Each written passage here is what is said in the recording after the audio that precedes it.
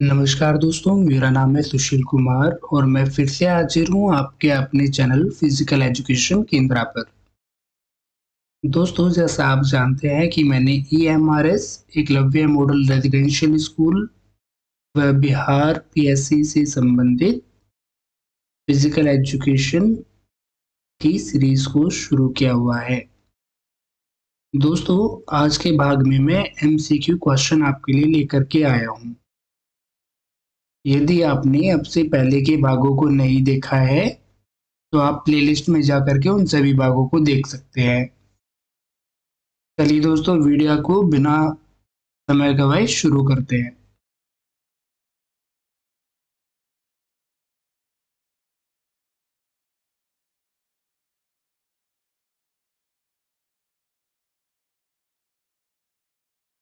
पहला प्रश्न है आपके सामने। शरीर रचना की प्रारंभिक जीवित इकाई होती है। बताइए दोस्तों, क्या होती है? ऑप्शन है कोशिका, ऊतक, कार्टिलेज या मांसपेशी। बताइए क्या होती है? तो सही आंसर है कोशिका। चलते हैं अगले क्वेश्चन की तरफ। समान कोशिकाएं मिलकर शरीर रचना के किस उत्तरदायी तत्व का निर्माण करती है? ऑप्शन आपके सामने है।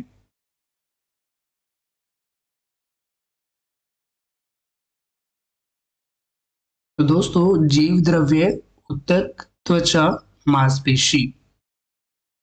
आप सभी जानते हैं कि जब बहुत सारी कोशिकाएं एक साथ मिल जाती हैं तो वह ऊतक का रूप धारण कर लेती है।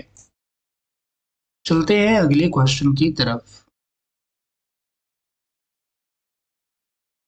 ऊतक मुख्यतः कितने प्रकार के होते हैं? दोस्तों, ऊतक मुख्यतः 4 प्रकार के होते हैं। चलते हैं अगले क्वेश्चन की तरफ। अस्थियों का निर्माण होता है कार्टिलेज से, खनिज लवणों से, कार्बनिक पदार्थ से या इन सभी के योग से। तो इसका सही आंसर है इन सभी के योग से। चलते हैं अगले प्रश्न की ओर। अस्थियों में मुख्यतः उपस्थित रहता है कैल्शियम फास्फेट और calcium carbonate, calcium phosphate, uric phosphate, इनमें से कोई नहीं। बताइए क्या आंसर होगा इसका?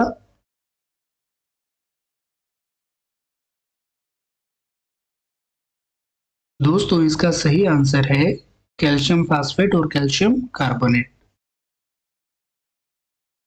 चलते हैं अगले प्रश्न की तरफ। हमारे शरीर में कुल कितनी अस्थियां होती हैं? ऑप्शन है 204, 206, 208 या 210। तो सही आंसर है 206। हमारी खोपड़ी में कुल कितनी अस्थियां होती हैं? ऑप्शन है 14, 16, 11 या 8। तो इसका सही आंसर है 8। हमारे स्कल में 8 हड्डियां होती है। मानव रीढ़ में कितनी कशेरुकाएं होती हैं? ऑप्शन है 26, 28, 33 या 36। बताइए क्या आंसर होगा इसका?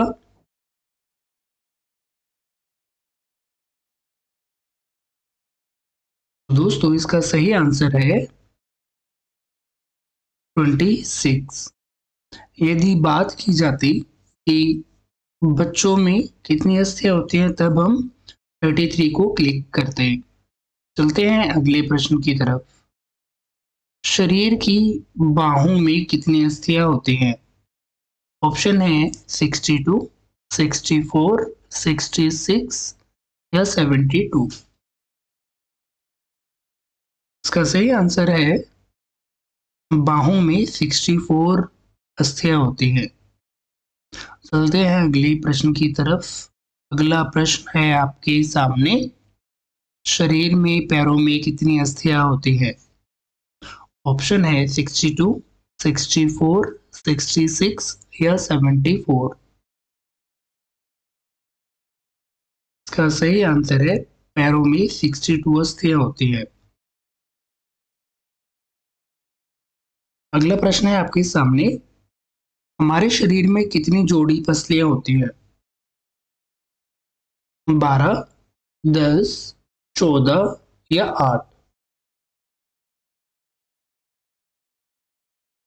दोस्तों इसका सही आंसर है 12। हमारे शरीर में 12 जोड़ी पसलियां होती है, जिनमें प्रारंभिक 7 को हम रू रिब्स कहते हैं, फिर 8, 9, 10 यह पेयर कहलाता है फॉल्स रिब, और 11, 12 इन रिब्स को हम कहते हैं फ्लोटिंग रिब्स। चलते हैं अगले प्रश्न की तरफ। अस्थि संधि में कौन सा तरल पदार्थ भरा होता है? ऑप्शन है synovial fluid, synovial thermal, final fluid या फाइनल थर्मल। बताइए।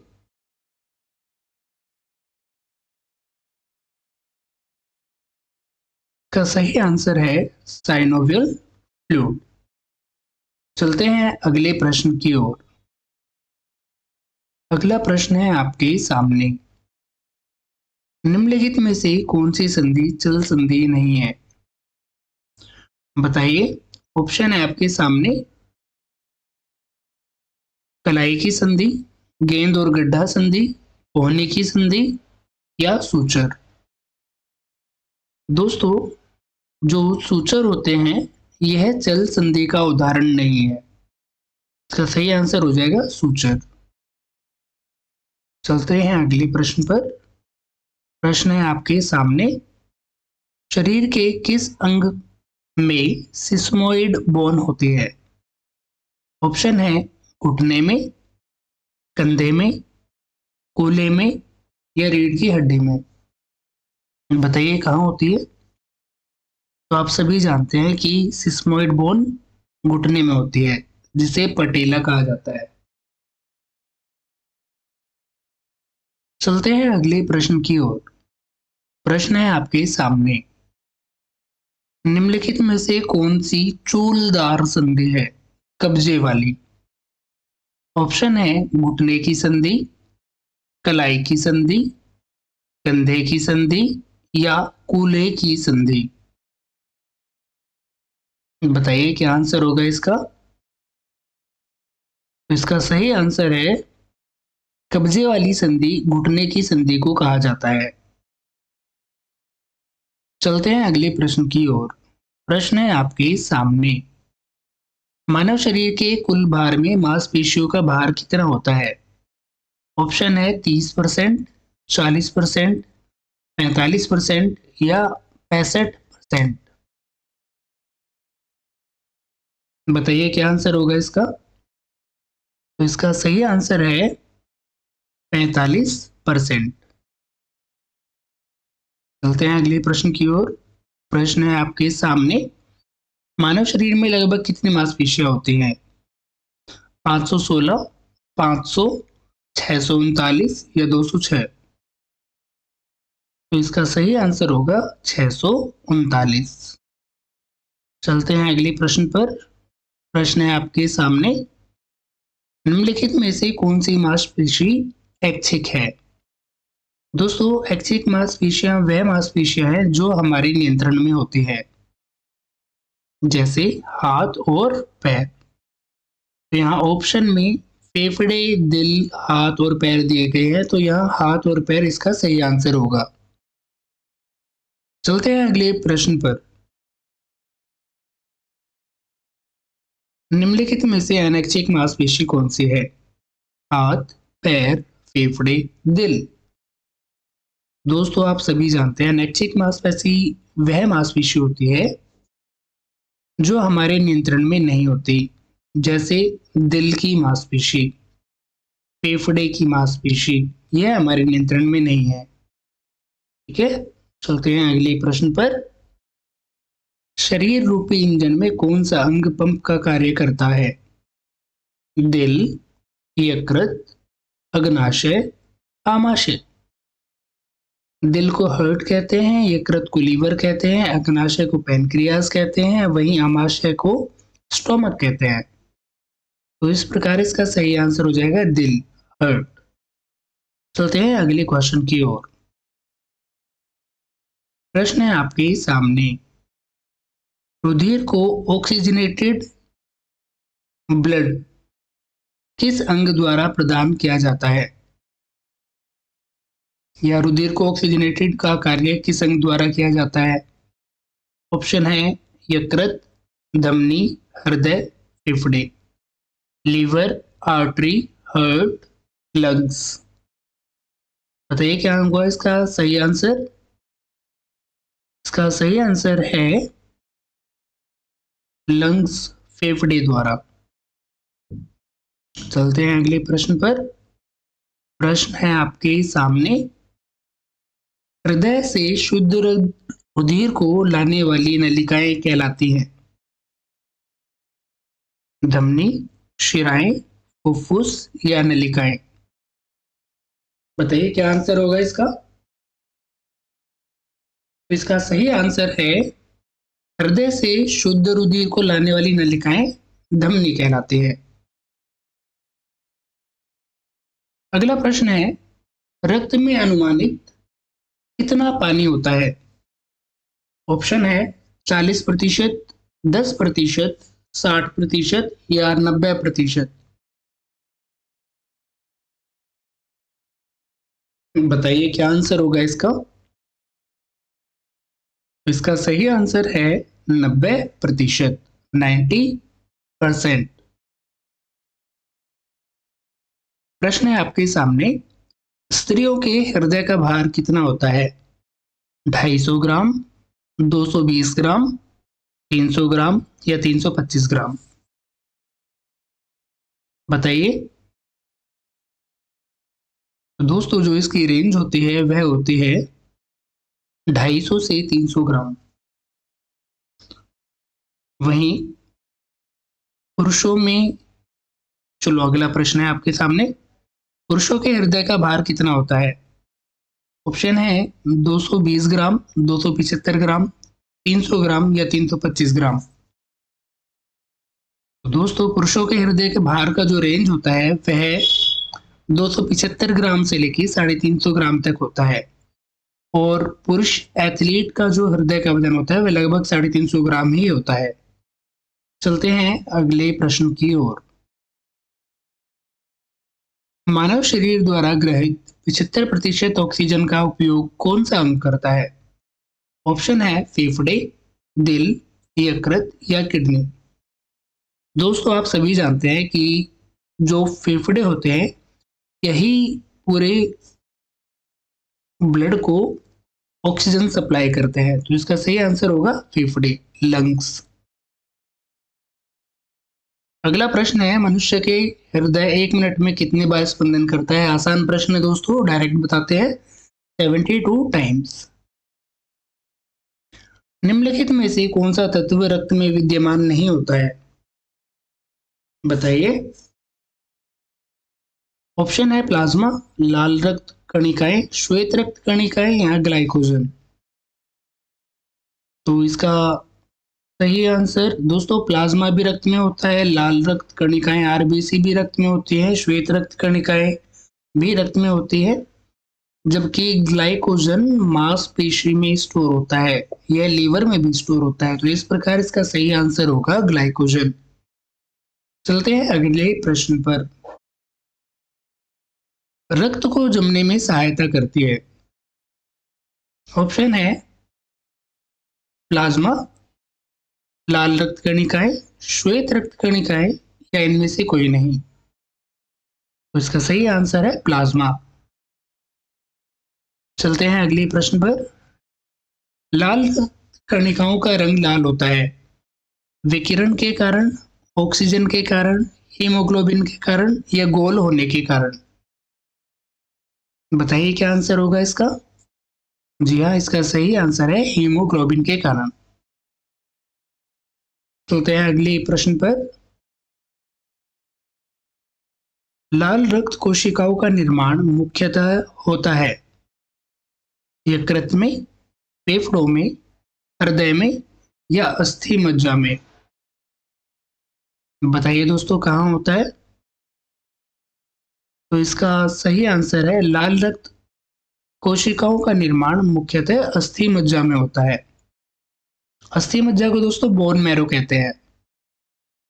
प्रश्न है, लाल रक्त कणिकाओं का मुख्य कार्य है ऑक्सीजन का परिवहन करना, तापमान नियंत्रित करना, रोगों से बचाव करना या रक्त का थक्का जमाना।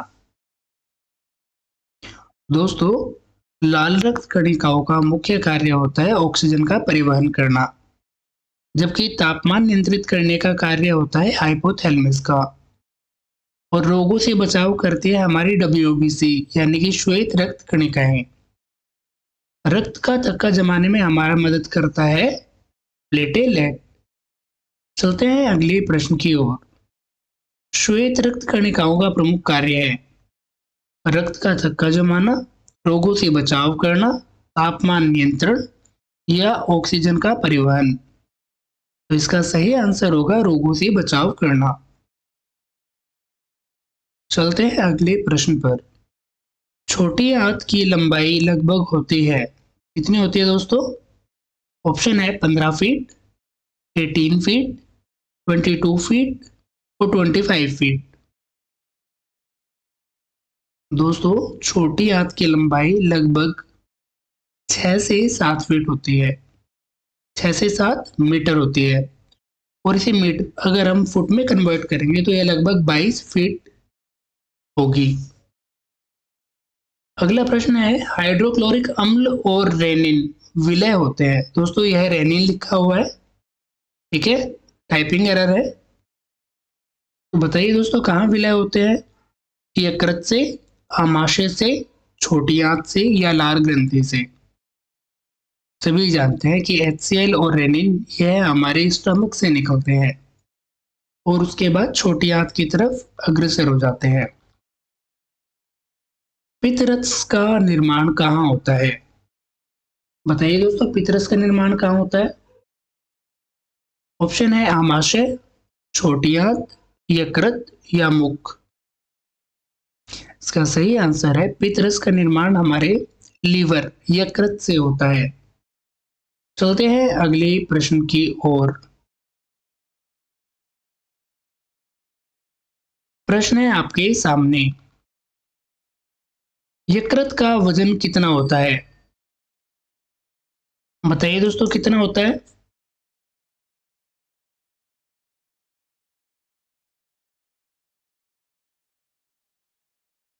दोस्तों, यकृत का वजन आपसे पूछा गया है, बताइए कितना वजन होता है यकृत का? 1 किलो, 1.5 किलो, 2 किलो या 2.5 किलो? का सही आंसर है 1.5 किलो। अगला प्रश्न है आपके सामने, मनुष्य 1 मिनट में कितनी बार श्वास लेता है? 14 बार, 16 बार, 18 बार, 20 बार या इनमें से कोई नहीं? दोस्तों, मनुष्य में जो श्वास लेने का एवरेज होता है वह होता है 16 से 20 बार, परंतु पेपर में जब यह क्वेश्चन आया था तब उसका सही आंसर 16 बार माना गया था। चलते हैं अगले प्रश्न की ओर। स्पाइनल तंत्रिकाओं के कितने जोड़े होते हैं?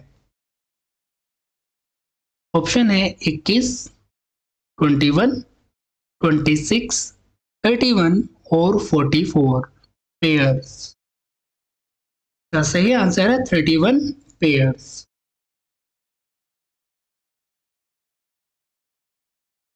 क्षमा चाहता हूं दोस्तों। अगला प्रश्न है आपके सामने,